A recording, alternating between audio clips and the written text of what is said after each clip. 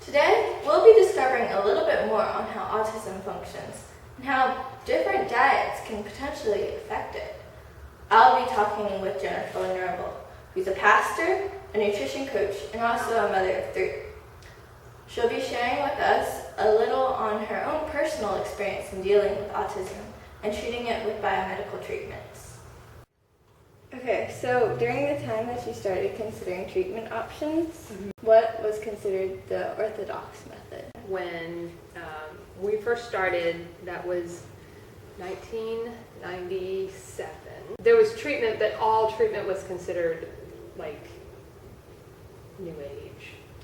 It wasn't. So there was no standard treatment at that time. No standard treatment.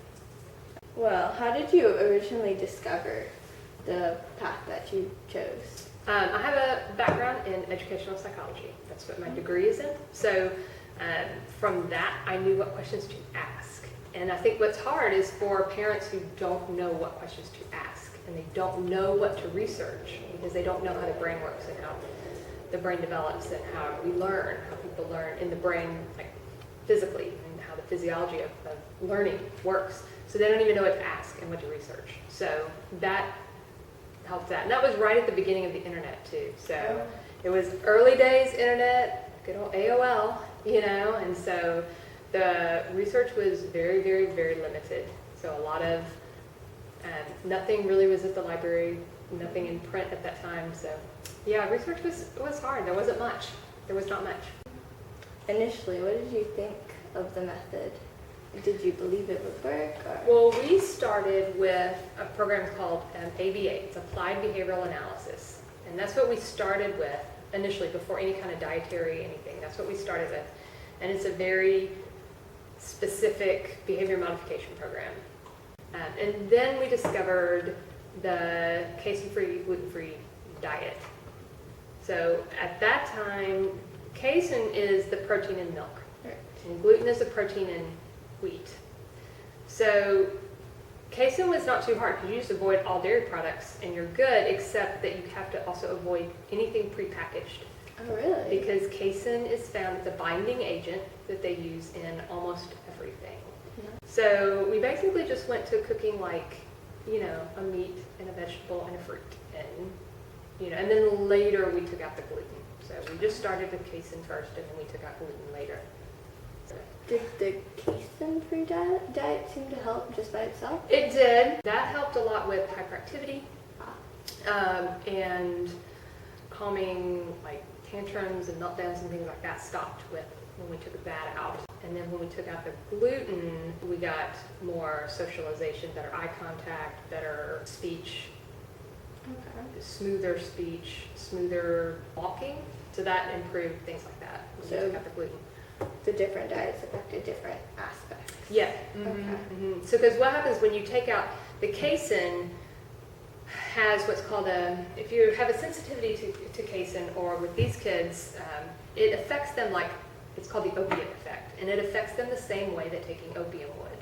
And so it literally makes them high, and it makes them crave it, and so they get addicted to it. So you'll hear parents say, oh, we could never do that because all they eat is cheese and milk, and all they drink is milk. Well, because they're addicted to it, they're craving it. And so it has that effect.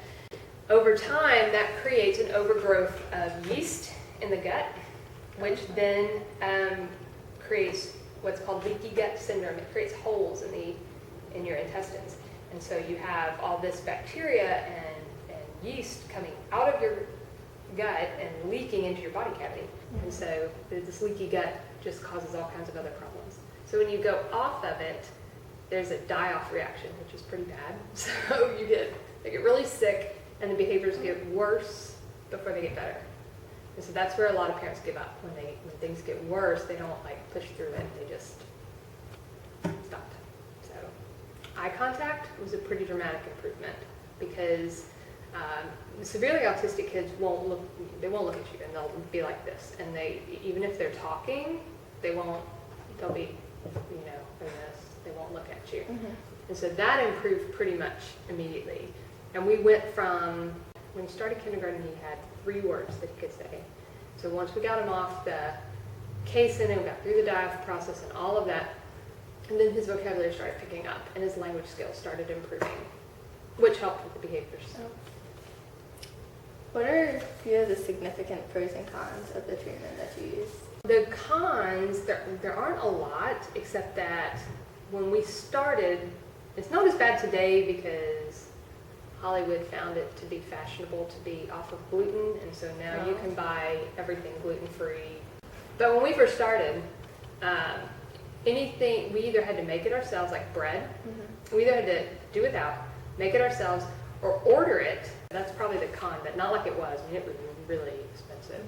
When you have small children, you have to plan ahead. Parties at school, you have to plan ahead. If everybody's having cupcakes, you have to plan ahead and send a cupcake that they can have. You have to, so they don't feel left out. So planning ahead and the cost, I think, are probably the only two cons I can think of. Benefits are too long to list. Eye contact, socialization, language, clarity of thought, ability to think, ability to learn, ability to walk. I mean, just the STEMs, autistic kids have their self-stimulatory behaviors. And they're soothing, really. It's called self-stimulatory, but they do it to soothe themselves when they're stressed. Those stopped. So what other therapies did you use? So we did ABA, which is 40 hours a week for 3 years. Speech therapy 4 times a week. Occupational therapy 3 times a week. And physical therapy 2 or 3 times a week. Dimethylglycine supplements. And then the diet. If you're aware of what you now know, would you have done anything differently? I probably would have taken him off gluten sooner. I probably would have done that earlier. I didn't do that. Took him off casein, he was 4. We went off gluten when he was 8. So I probably would have done that sooner. But you don't do both at once because that whole dial thing. You want to not both at once. What are the 3 most important or helpful things that you would have to share with others who are going through the same? Well, when we have parents who come to us from CARD, the Center for Autism-Related Disorders, they send us parents sometimes who have newly diagnosed kids. And so they always want a magic pill, and they want someone to come in and fix their kid. And that just isn't going to happen. You're going to have all the money in the world, the best insurance in the world, and the best care providers, but autism is quicksand. And so if you are not pulling your child out, autism is pulling them in at every moment until they're recovered. You're either pulling out or it's pulling in, and there's no. So it is, if they're awake, you are in their face, and you're doing therapy, and you're keeping them stimulated. You're not letting them sit, because if they're undirected, they're going to sit and go into their stems and their obsessions, and that just pulls them further away into this pit. So it's a constant. It's a nonstop. Costs a lot of money.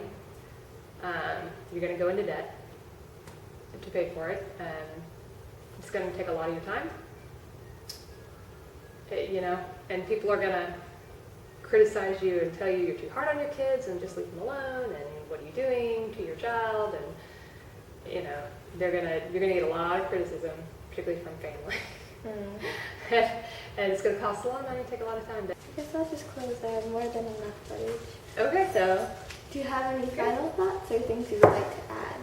The only thing I can say is that it's a hotly debated topic on what causes autism and what doesn't. And recovery is a hotly debated issue too. Can you recover a child from autism or not? I think you can. We've done it. I know a lot of other families who've done it. And I also know families who have tried the same things and gone through the same things and have not gotten the result. So, I don't know. But don't ever tell a parent they're lucky. I hate that. I hate it when people say, "Oh, you're so lucky." I'm like, luck had nothing to do with it. So it's a lot of work and a lot of prayer and luck, not luck. So that's it. That's all. All right. Fantastic. There you go. Thank you so very much. You're welcome.